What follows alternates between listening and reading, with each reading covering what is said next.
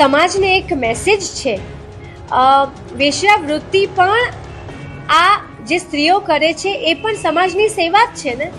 નહીં તો કેટલા બહેન દીકરીઓના બળાત્કાર થાય, કેટલું બધું થઈ શકે. આ પણ એક પ્રકારની સમાજની સેવા છે. એ વાત મેં મારી ફિલ્મ શક્તિની વાર્તાના અનુસંધાને કરી હતી. કોઈના દિલ દુભાયા હોય, કોઈને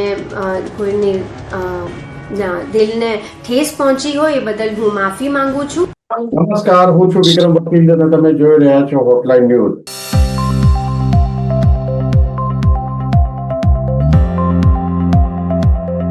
હમણાં એક નાનકડો વિવાદ થયો છે. એમાં એવું થયું કે ગુજરાતી ફિલ્મના રિલીઝ ટાણે એના અભિનેત્રી જે મોના થીબા કરીને એક ગુજરાતી ફિલ્મના અભિનેત્રી છે, એમણે ફિલ્મના પ્રમોશન માટે એવું નિવેદન કર્યું કે જે વેશ્યાવૃત્તિ છે એને કારણે ખરેખર તે સમાજ સેવા કરી રહ્યા છે અને એના વિરોધ ઘણા બધાએ કર્યો.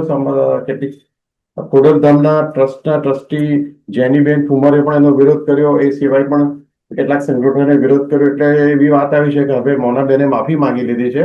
પરંતુ આ સમાજે ખૂબ વિચારવા જેવો પ્રશ્ન છે. એમ તો વેશ્યાવૃત્તિને કોઈ પણ હિસાબે પ્રોત્સાહન નહીં આપી શકાય અને ઘણા દેશોએ તો લીગલાઇઝ કરી નાખ્યું છે, છતાં પણ એમાં પણ બે અભિપ્રાય પ્રવર્તે છે. આ બધી બાબતો વચ્ચે આપણી સાથે આજે ચર્ચા કરવા માટે જોડાયા છે જાણીતા પત્રકાર જગદીશભાઈ મહેતા. જગદીશભાઈ, હોટલાઇન ન્યૂઝમાં તમારું સ્વાગત છે. જી નમસ્કાર સર. આ મોનાબેનનું નિવેદન આવ્યું એ પ્રસંગે આપણે એમ તો ભૂતકાળમાં પણ આ વિશે ઘણી ચર્ચા થઈ છે કે આપણે ત્યાં તો દેવદાસી પ્રથાથી માંડીને વર્ષોથી જે આ બધા જે કઈ આપણે વેશ્યાવૃત્તિ ગણો કે એને ગણિકાઓ ગણો, એ ચાલતી આવેલી પ્રથા છે. અને કેટલીક આપણી ગુજરાતીમાં જે ભૂતકાળમાં જે આપણી કહેવતો કે રૂઢિપ્રયોગો છે એમાં એવું કેવું છે કે ભાઈ દુનિયાની કોઈ પણ તાકાત, કોઈ પણ કાયદો જુગાર, વેશ્યાવૃત્તિ અને દારૂ એટલે કે નશાકારક સંપૂર્ણ રીતે બંધ નહીં કરી શકે. એટલે સુપ્રીમ કોર્ટના પણ ચુકાદા ભૂતકાળમાં એવો આવ્યો છે કે ભાઈ જ્યાં ગણિકા કે આ જે પ્રોસ્ટિટ્યુટ પકડાય કોઈ પણ જગ્યાએ તારો પોલીસ એમના પર કેસ નહીં કરી શકે અને મોટાભાગે ગ્રાહકો પણ કોઈ પુરાવાના અભાવે છૂટી જતા હોય છે. ખાલી જે દલાલ હોય છે અથવા અમને આ વ્યવસાયમાં લાવનાર હોય છે એમને કેટલાક કેસોમાં કડક સજા થઈ છે. જગદીશભાઈ. જી વિક્રમ સર, આ અત્યંત સંવેદનશીલ એવો એક તો મુદ્દો છે અને આને બને ત્યાં સુધી ન છંછેડો તો વધુ સારું એવું પણ છે. પણ જ્યારે છંછેડાય છે ત્યારે એની ઉપર ચર્ચા થવી પણ જરૂરી છે. ફિલ્મ અભિનેત્રી મોના થીબા એટલે હિતુબાઈ કનડિયાના ધર્મપત્ની, એને અહીંયા રાજકોટમાં શક્તિ નામની ફિલ્મ, જે આના ઉપર જ બની છે, વેશ્યાવૃત્તિ ઉપર જ બનેલી છે, શક્તિ નામની ફિલ્મ. હા, ભાવિનભાઈ ત્રિવેદી દ્વારા દિગ્દર્શિત છે. ભાવિન ત્રિવેદી એને આ ફિલ્મ બનાવી છે ને ફિલ્મનું થીમ આ જ છે કે મજબૂરન કોઈ એક મહિલાએ દેહ વ્યાપાર સુધી જવું પડે તો મોનાબેન થીબા આમાં કરવા ગયા, કંસાર થઈ ગઈ થૂલી. એક વાત તમે જે અત્યારે પ્રિએમ્બલમાં બોલાય એ હકીકત છે કે સુપ્રીમ કોર્ટે પણ કીધું છે કે હિન્દુસ્તાનમાં ઇન્ડિવિજ્યુઅલ એટલે વ્યક્તિગત દેહ વ્યાપાર જે છે એ આંશિક રીતે વૈધ એટલે કાનૂની છે. ગેરકાનૂની શું કે વેશ્યાગ્રહ ચલાવવું, દલાલી કરવી, બરાબર, એ બધું જે છે, બળજબરી કરવી, એ બધું જે છે એ ગેરકાનૂની છે. પણ ઇન્ડિવિજ્યુઅલ કેસમાં એ આંશિક રીતે વૈધ એટલે કે કાનૂની છે. બોલો, હવે સરકાર, તમે વિચાર કરો, અત્યારે મોના થીબા બોલ્યા અને બધા તમે જેનું નામ લીધું, જેનીબેન ઠુમર થી માંડી અહીંયા જયંતભાઈ પંડ્યા જાથાના કન્વીનર થી માંડીને બીજા બધા લોકોએ આલોચના કરી. ઠીક જ છે, એમાં કઈ ખોટું નથી. પણ તમે સવાલ વિચાર કરો કે જો વેશ્યાલયો ચલાવવા ગેરકાનૂની હોય તો મુંબઈ, કલકત્તા વગેરેમાં રેડ લાઇટ વિસ્તાર છે ને રાજકોટમાં ભાવનગર રોડ ઉપર આવા અનેકો, આખી એની સોસાયટી કયો તો સોસાયટી ને એનો એરિયા કયો તો એરિયા એવો છે, જગ જાહેર છે, ચાલે જ છે. તો મોટા ભાગના કિસ્સાઓમાં વકીલ સર કેમ થતું હોય છે ખબર? કે કાયદો છે એ પોથીમાંના રીંગણા જેવો છે, એ બધું ત્યાં હોય, પછી એની છટકબારી ભયંકર હોય. હવે તમે એમ કયો કોઈ સામે વાળો શરણાઈ વગાડતો હોય ને તમે અહીંયા આંબલી ખાવ, બે વાત કોણ જુદી છે, પણ અસર તો પડે ને પડે. શરણાઈ વગાડી શકાય નહીં, એવી સ્થિતિ આ કાયદામાં છે. હવે તમે વિચાર કરો, શું કે છે કે ગણિકા હોય એને ગ્રાહકો સાથે તમે પોલીસને કીધું તમે એની સાથે ગેરવર્તન ન કરી શકો, એની ગરિમા જાળવો ને બોલો. હવે ગણિકા, એનો ગ્રાહક, એની પછી ગરિમા જાળવવાની, ને મીડિયા ઉપર કાયદેસરનું એમાં જે તે સમયે આ 22મી જુલાઈ 2022 સુપ્રીમ કોર્ટનો ચુકાદો હતો ને મીડિયાને એમ કહેવામાં આવ્યું હતું કે તમે જયારે કોઈ ગ્રાહકો સાથે કોઈ આવી રીતે પોલીસમાં પકડાય, એની તસવીરે છાપી, એની પહેચાન થવી ન જોઈએ. પહેચાન સાબિત થાય તો તમારી ઉપર આઈપીસી ની કલમ 354 હેઠળ બોલો આપણી સામે, મીડિયા સામે અપરાધ દાખલ થઈ શકે.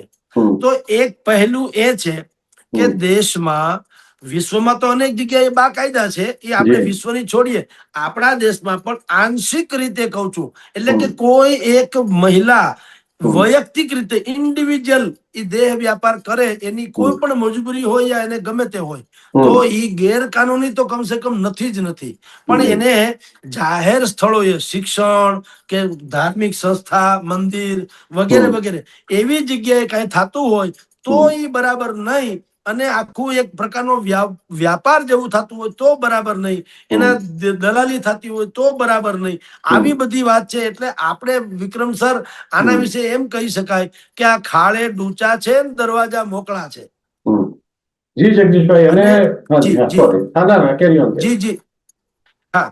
તો મોનાબેન થીબાએ જે નિવેદન આપ્યું, એને કેવું એવું જોઈતું હતું, અથવા તો એ કદાચ એવું કેવા ધારતા હતા કે ગણિકા, તમે જેને આપણે બહુ જ ખરાબ નજરથી જોઈએ છે, તો નીચલી પાયરીએ છે એવું જોઈએ છીએ, પણ ધારો કે આવું ન હોત તો દેશમાં વ્યભિચાર કેટલી હદે વધ્યો હોત, એવું એનું કેવું થતું હતું.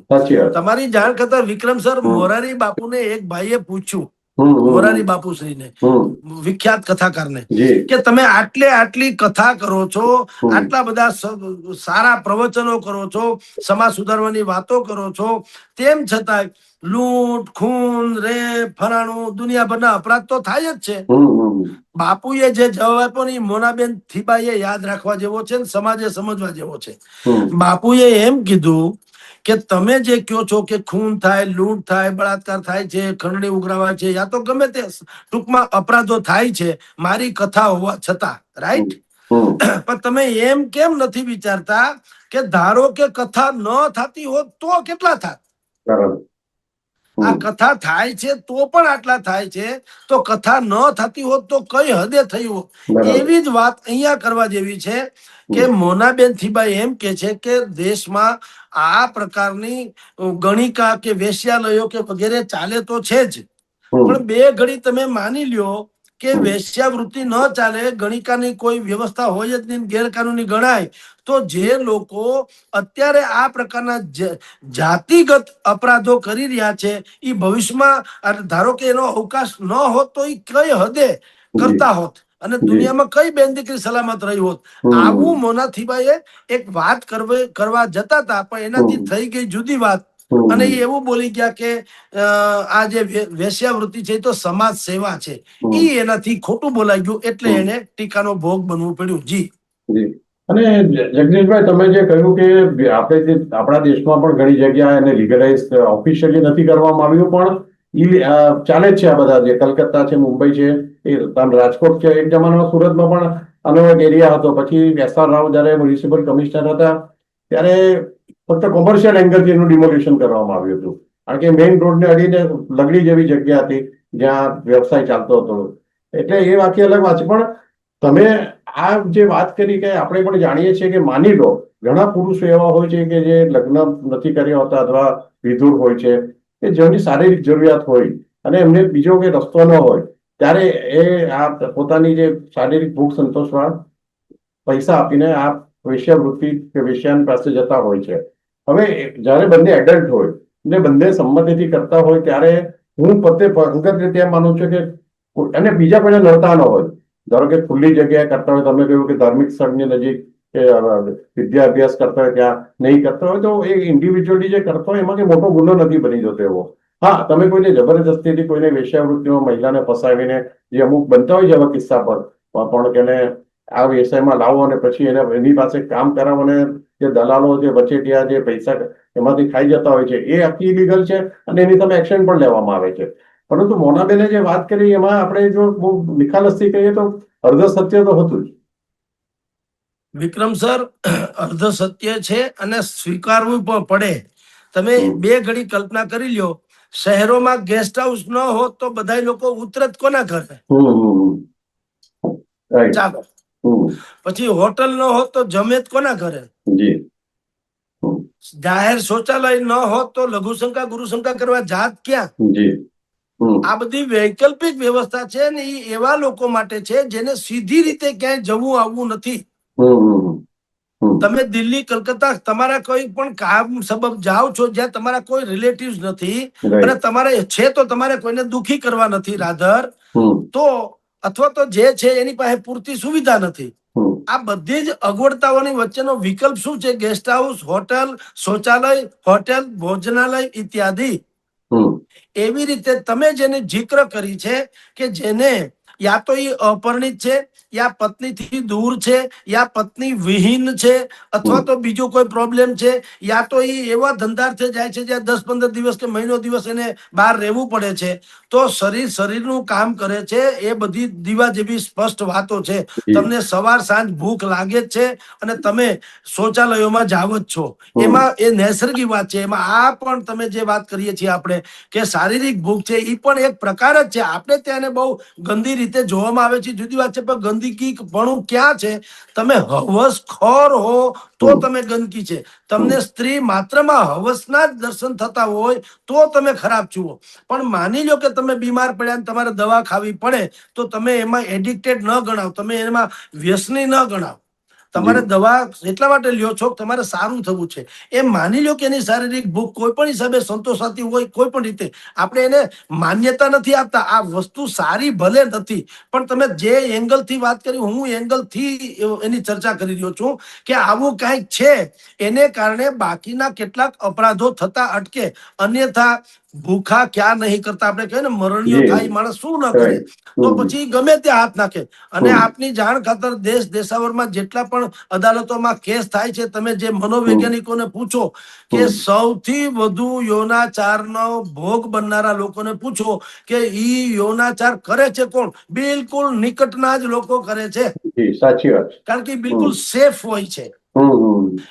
બરાબર. એટલે આપને કહું છું કે આ વ્યવસાય ભલે બરાબર ન ગણીએ ને આપણે એને બીજી રીતે જરાક જોઈએ પણ છીએ, પણ જો હોટલ, ધર્મશાળા, જમવાની ભોજનાલય, જાહેર શૌચાલય કે ફરવાનું સ્થળ કે વગેરે ઈ ન હોત અને જે હાલત થાય, બધા કલ્પી જુઓ જી કે કોઈ ગામમાં તમારા સંબંધી નથી, તમારે ક્યાંક જવું છે તો આ બધું ન હોય તો તમે શું કરો? રોડ ઉપર સુવાના? નહીં.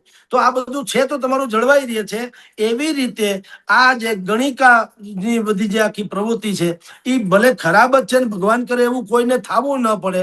કારણ કે મજબૂરન વાત જુદી ઘટના છે, શોખ જુદી ઘટના છે. કેટલાક વિશ્વના અનેક દેશોમાં તો આ બિલકુલ લીગલી છે અને એને પ્રોફેશન તરીકે કે છે. અને સુપ્રીમ કોર્ટે પણ જ્યારે આ 27મી જુલાઈ 2022માં દેહ વ્યાપારને પ્રોફેશન એવો શબ્દ આપ્યો છે. કેરિયર, પ્રોફેશન એટલે ધંધો, કાયદેસરનો એવો દરજ્જો આપ્યો છે કોર્ટે પણ, સમજી લો.